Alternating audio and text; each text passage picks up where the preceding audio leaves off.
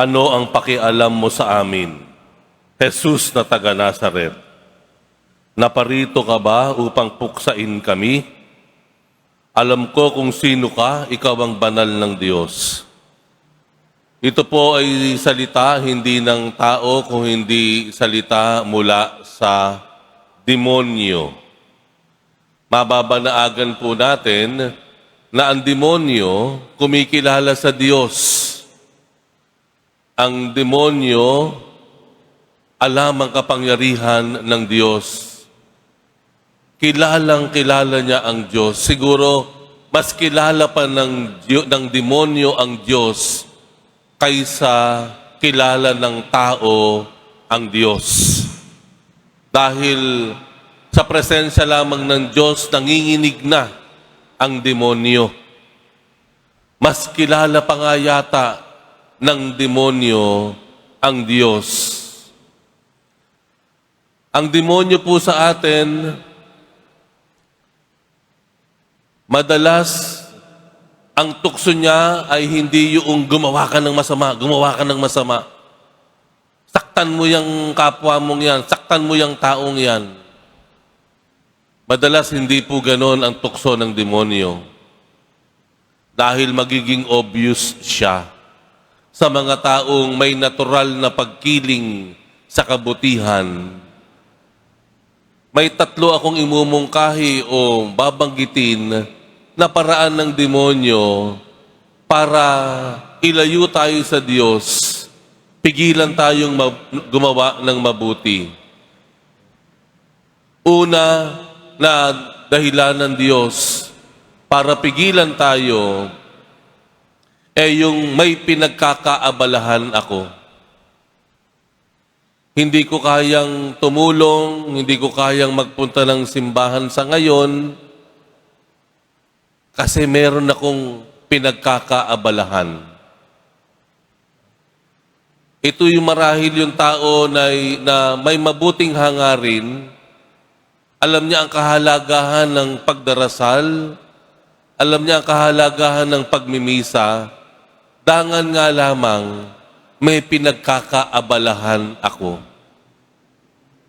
We are too busy. May pinagkakaabalahan ako.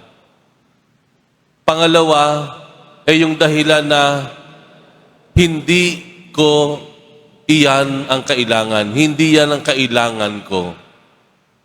Hindi yan ang kailangan ko. May oras ka, pero nagkataon lang, sa tingin mo, ang lumapit sa Diyos, magdasal, magsimba, hindi yan ang kailangan ko.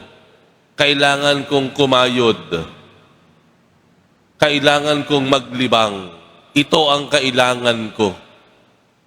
Hindi natin nakita na ang pinakamalalim palang pangangailangan ng tao ay ang Diyos. Tayo po ay ika nga nilalanse ng demonyo na para ating akalain o paniwalaan na hindi natin muna kailangang magbago, hindi natin kailangang ayusin ang buhay, hindi ko kailangang makipag-ayos sa taong aking nakaalitan. Hindi yan ang kailangan ko.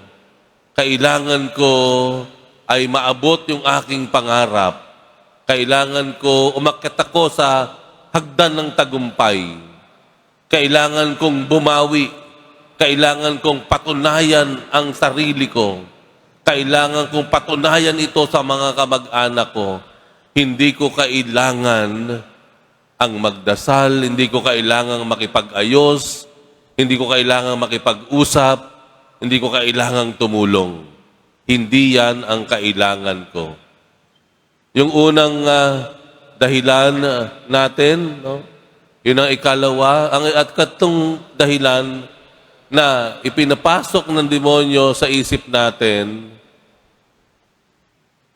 ikaw ay hadlang sa kaligayahan ko. Ang paglapit sa Diyos, hadlang sa kaligayahan ko. Hadlang yan. Ayoko munang lumapit sa Diyos. Baka hilingin ng Diyos na kumawala ako dun sa taong ito. Hindi ko kailangan na lumapit sa Diyos, baka maging hadlang ito sa tinatamasa ko. Ayoko munang magdasal, baka pag nagdasal ako, maramdaman ko ang Diyos na nangungusap sa akin na itigil ko itong ginagawa ko. Hadlang yan sa kaligayahan ko. 3 dahilan na paraan ng panlalansi sa atin ng demonyo para hindi tayo mapalapit sa Kanya, lalo't higit hindi tayo gumawa ng mabuti o kaya'y pigilan tayo na maglingkod o tumulong. Sa kabilang banda, kung titignan po natin, ang paglapit sa Diyos, ang paggawa ng kabutihan, ang pagdarasal, yan po naman talaga ang kailangan natin.